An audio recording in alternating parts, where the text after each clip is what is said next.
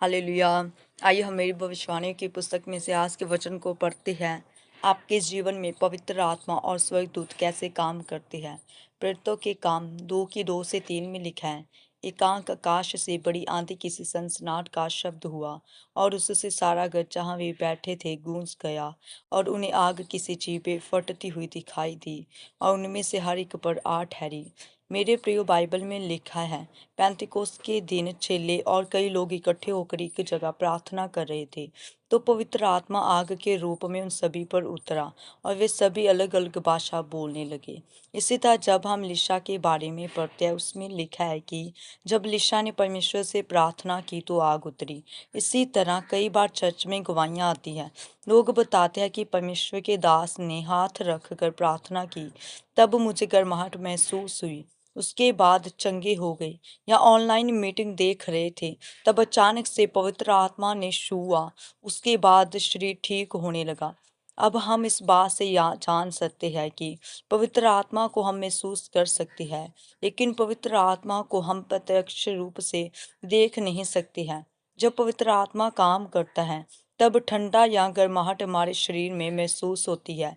मत्ती 1 अध्याय में लिखा है, मरियम पवित्र आत्मा की ओर से गर्भवती पाई गई। उससे पहले मरियम ने दर्शन देखा था, जिसमें परमेश्वर के दूत ने मरियम से कहा था, हे मरियम, तू मत डर और भयभीत ना हो।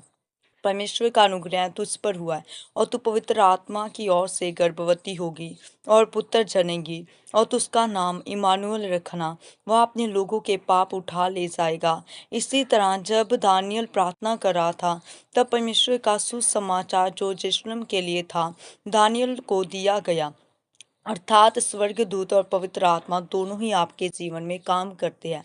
स्वर्गदूत परमेश्वर की बातों को दर्शनों के माध्यम से या अपने अभिषिक्त दासों के रूप में बात करता है, और पवित्र आत्मा छू कर चंगा करता है।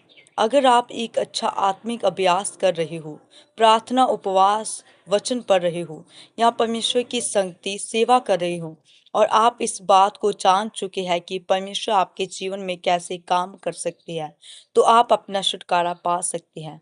मैं जब भी चर्च जाता था, तो खुलकर नाचकर बिना किसी की चिंता किए आराधना करता था और आत्मा छूता था। एक बार मैं अपने कमरे में प्रार्थना कर रहा था, तब अचानक से बड़ी रोशनी मेरे चेहरे पर आई। तब मैंने सोचा कि हो सकता है कि मेरी पत्नी ने टार्च जलाई होगी। मैंने ज़्यादा ध्यान नहीं दिया, लेकिन जब मैंने प्रार्थना करने के बाद पूछा तो उन्होंने कहा, मैंने कोई टार्च नहीं जलाया। तब मुझे मालूम हुआ कि ये परमेश्वर के दूत ने मुझे रोशनी दी थी। उसी तरह आप प्रार्थना करेंगे तो आपके जीवन में भी पवित्र आत्मा काम करेगा। आप स्वर्गदूतों का दर्शन पाएंगे। आमीन।